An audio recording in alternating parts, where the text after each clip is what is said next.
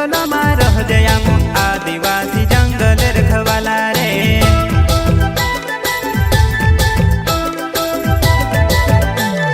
चल जंगल जमीन काज पूजे रे आदिवासी दुनिया ने रखवाला रे।